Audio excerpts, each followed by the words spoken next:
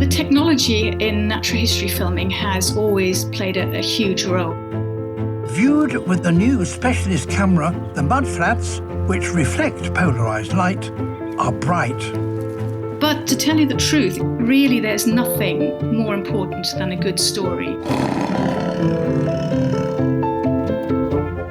For any film, whether it's factual or fiction, the driving force has to be the narrative. And interestingly, the natural world seems to have an infinite variety of stories to tell.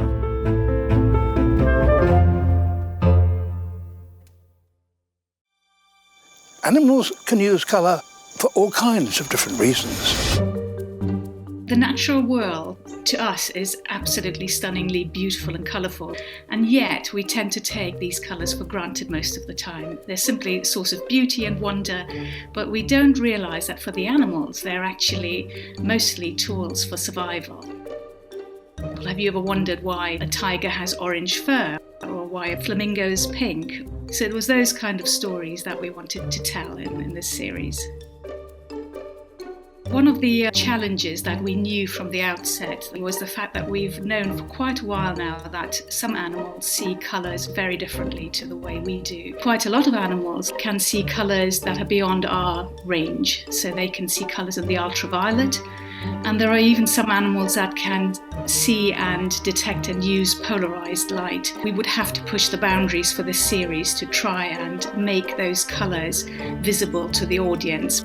But how do you do that when we can't actually see those colours? We had to team up with scientists that were either developing cameras already for scientific purposes or had used them for other purposes in the laboratories. This camera here can see the world as we see it, and then how the insects see the world at the same time. There's a lot of very detailed planning that goes into a natural history production like this.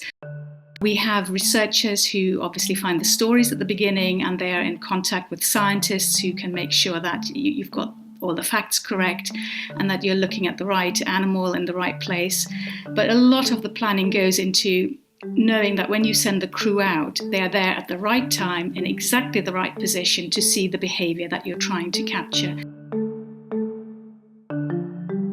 A lot of times with natural history, you have to have very small crews. You're often going to places that are fragile ecosystems, and so they don't allow a lot of people in the first place, or planes are very small, or access is very, very limited. Australia is just such an extreme environment. It's the sun is harsh, everything's harsh. The mud is caustic mud, so it's literally like will start to peel your skin off because it's just so salty and rough. Then you'd have to go back and not only after very long days, try to deal with downloading footage in extreme heat in small places with limited electricity and often no Wi-Fi, but you would also have to deal with the problems of the cameras and then try to communicate that back to the team.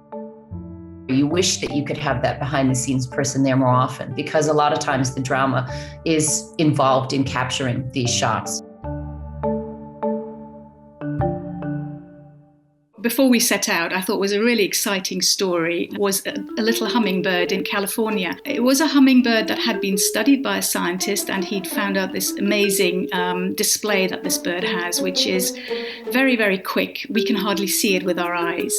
But when we got there was this vast landscape, and you just could not imagine a hummingbird surviving there. I didn't even know what it would feed on. There didn't seem to be a flower there.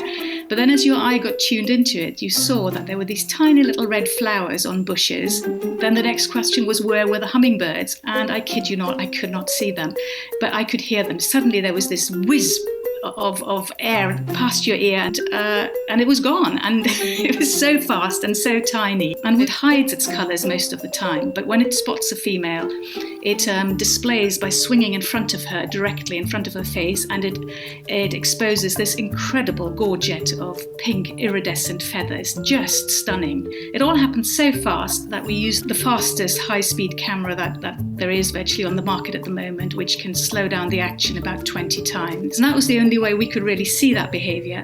But filming it was an incredible challenge because these birds are so fast and you literally cannot see it. So we had to have the cameraman being assisted by one or two people who would say, okay, it's to your left on bush 22, it's to your right on bush number 3. We label all the bushes by numbers, and he would just swing the camera around and start rolling. We were there for 2 or 3 weeks. By the end, I thought, we're not going to get this. And we literally got it on the last day. It was amazing when we did get it. Sometimes you think, oh, there's nothing right here. I don't see a big shark or a big, colorful bommy of a reef.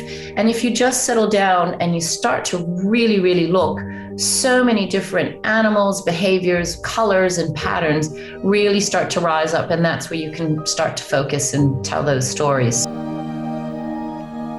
It was wonderful to have all that research to go in and try to patiently tell these many different stories, but it was very fun to have this new technology to tell them.